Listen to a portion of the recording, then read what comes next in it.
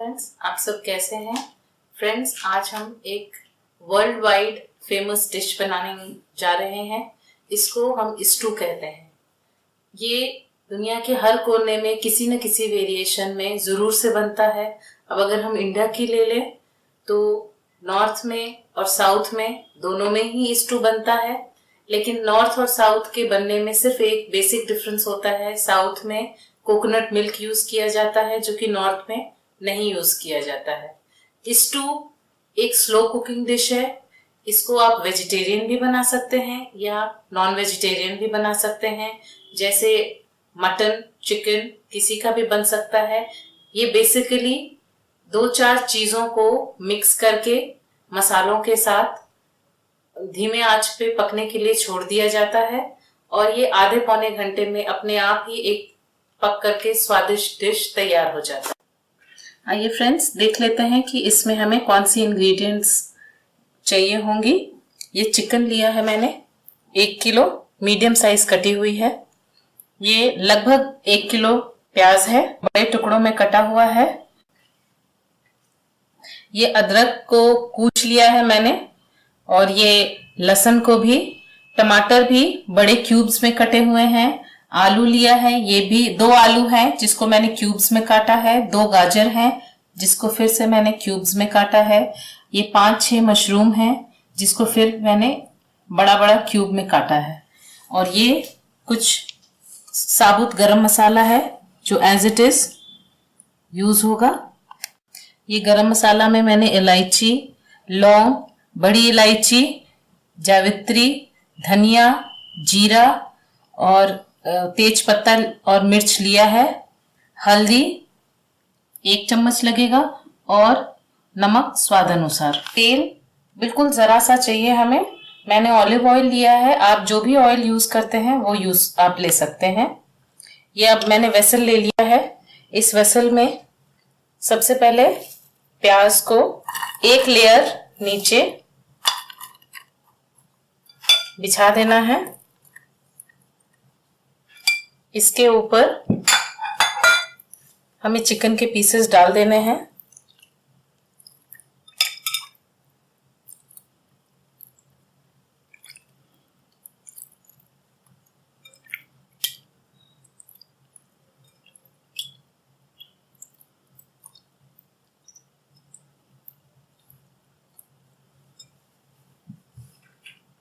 इसमें अब गाजर डाल देना है, आलू डाल देना है, मशरूम डाल देना है, ये टमाटर डाल देना है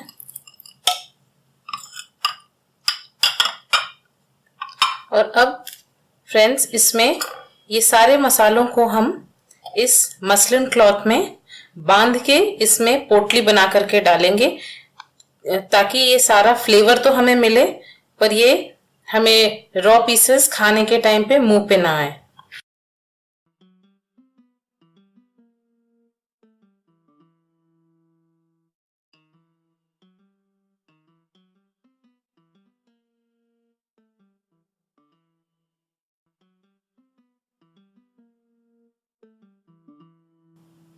इसमें नमक डालना है,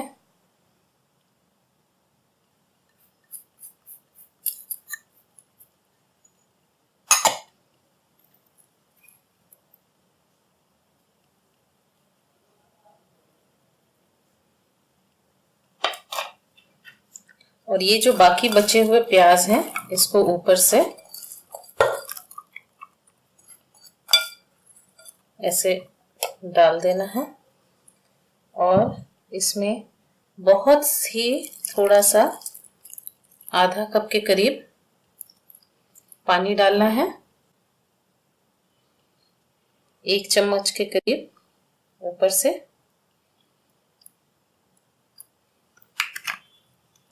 और इसको हम दम के लिए सील करके गैस पे चढ़ा देंगे। इसे हमने गैस पे चढ़ा दिया है। शुरू के 5 मिनट आपको फ्लेम थोड़ा हाई रखना है और उसके बाद इसको धीमे आंच पे 15-20 मिनट आराम से पकने देना है। तो देखिए 20 मिनट हो चुके हैं। मैंने बस एक बारी इसको अभी पलटा है सारी चीज़ों को। इसको यूं ही अभी पकने देना है क्योंकि चिकन अभी पका नहीं है, इसमें 15-20 मिनट और लगना है। दोस्तों कलर चूंकि हमने मिर्च साबुत यूज़ करा था तो कलर इसमें जो एक करी में जो एक रेडनेस होती है वो नहीं है। तो अगर आप चाहें तो इसके ऊपर कश्मीरी मिर्च पाउडर ऊपर से डाल सकते हैं कलर के लिए। अब ये चिकन पक चुका है। अब इससे ये कपड़े को हमें इसमें से निकाल लेना है।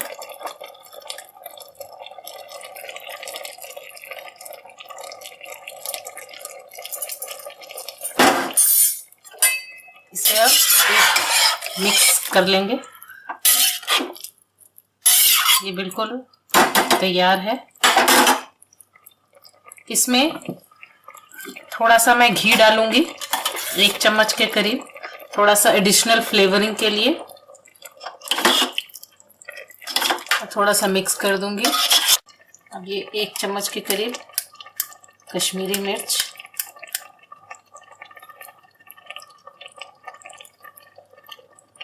कलर के लिए।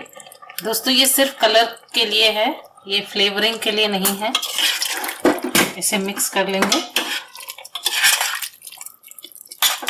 ये देखिए कलर चेंज हो गया। ये कश्मीरी मिर्च डालते ही करी का जो कलर है वो पेल येलो से हल्का सा रेडिश हो गया।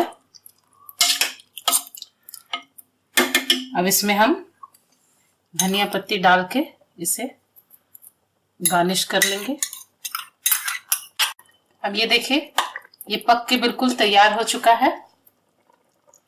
इसे आप रोटी के साथ, चावल के साथ, परोठे के साथ, पूड़ी के साथ, किसी भी चीज के साथ सर्व कर सकते हैं।